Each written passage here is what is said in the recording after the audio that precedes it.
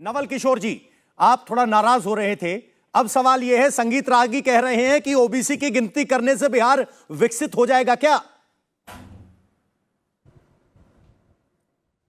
अरे पवन जी, आपका अधिकार है, आप जैसे चाहें डिबेट करें, मुझे कोई परेशानी नहीं है, न कोई नाराजगी है। मैं तो सिर्फ एक बात कह रहा था, ओबीसी की जब आप बात करते हैं तो पहला दोहरा चरित्र भाजपा का है, वो जो दिखाई देता है। मैं केवल वही बताना चाह रहा था। 1990 में जब मंडल कमीशन लागू हुआ तो उस समय की भारतीय जनता पार्टी जो सरकार में थी, सरकार गिराकर और कमंडल यात्रा पे निकल गई, नंबर एक। नंबर दो, 2010 में सारे दलों ने मिलकर, जिसमें गोपीनाथ मुंडे जी का स्टेटमेंट आप देख लीजिएगा कि वो जातीय जनगणना के विषय में उन्होंने बोला कि अगर 2011 में नहीं होगा तो 10 साल तक ओबीसी को इस अन्याय को बर्दाश्त करना पड़ेगा।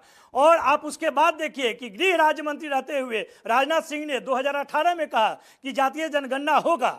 क्या मजबूरी आ गई कि 2020 में नित्यानंद जी को आपने आगे करके कहा कि भाई जनगणना नहीं होगी। चलिए, वहां भी दोहरापन आपका सामने आता है कि आप बिहार में, आपकी पार्टी कहती है, भारतीय जनता पार्टी कहती है और साथ में रहती है कि यहाँ पर जातीय जनगणना होनी चाहिए और देश में नहीं होना चाहिए। ये दोहरा चरित्र और सबका साथ सबका विकास और ओबीसी प्राइम मिनिस्टर और महिला आरक्षण में ओबीसी को जगह ही नहीं।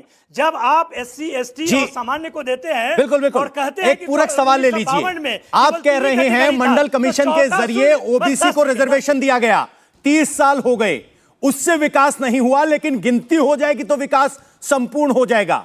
क्या आप यह कह रहे हैं? पवन जी, देखिए, समझ का फेर है।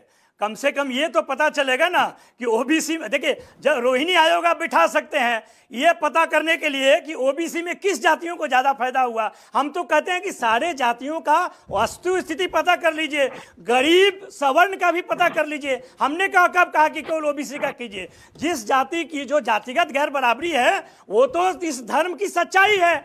आपने अंबेडकर को नहीं पढ़ा है क्या कि जो सनातन धर्म या हिंदू धर्म है वह एक ऐसा बहुमंजिला इमारत है, 4 मंजिला इमारत है, जिसमें खिड़की दरवाजे तो हैं लेकिन सीढ़ियां नहीं है। जो जिस जात में जन्मा है उसी में मरेगा। ये गैर बराबरी को कम से कम नीतिगत आधार पे तो आप ठीक कर सकते हैं ना। नीतिगत आधार पर आरक्षण की लिफ्ट लगाई गई थी, ऊपर चाहे नीचे कोई भी।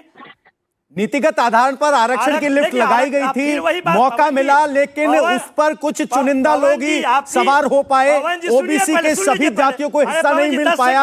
आप उसकी राजनीति करते हैं तो जिम्मेदारी आपकी नहीं। देखिए, ये आपका, अरे पवन जी, आप सुन लीजिए, पहले जवाब सुन लीजिए। आपके पास अधिकार है कुछ भी बोलने का, लेकिन जो कुछ भी नहीं बोल रहा हूं सर, तार्किक बात हो रही है, आप ऐसे ही कुछ भी समझता है कि वो लिफ्ट है, वो लिफ्ट है, नहीं तार्किक नहीं है। ये तार्किक कैसे है? लिफ्ट है। अरे आगे लगाने के लिए किसी को मदद की जरूरत है, उसको आरक्षण का अधिकार दिया गया, मैं उसका समर्थन करता हूं, इसमें क्या गलत बात है? आप नहीं, बिल्कुल नहीं। अरे सुन लीजिए, नहीं, बिल्कुल गलत बोल रहे हैं आप। ये कौन सा लिफ्ट है?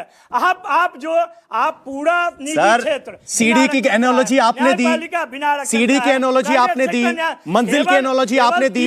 मैं बात कर रहा हूं आरक्षण की। नौकरी है उसमें आरक्षण भी आप नहीं। आरएसएस को पूछिए ना कि 2015 में मोहन भागवत जी क्यों कहते हैं आरक्षण की समीक्षा होनी चाहिए, और 1 महीना पहले क्यों कहते हैं कि जब तक भेदभाव होगा आरक्षण होगा। 2000 साल से यहाँ पर तो कौन सी बात मानेंगे आप? लेटेस्ट वाला बयान मानेंगे जिसमें कह रहे हैं कि आरक्षण की जरूरत रहेगा, या वो पहले वाला बयान गाते रहेंगे? देखिए, दोनों वो अपने सहूलियत से देते हैं और यहीं पे समस्या है।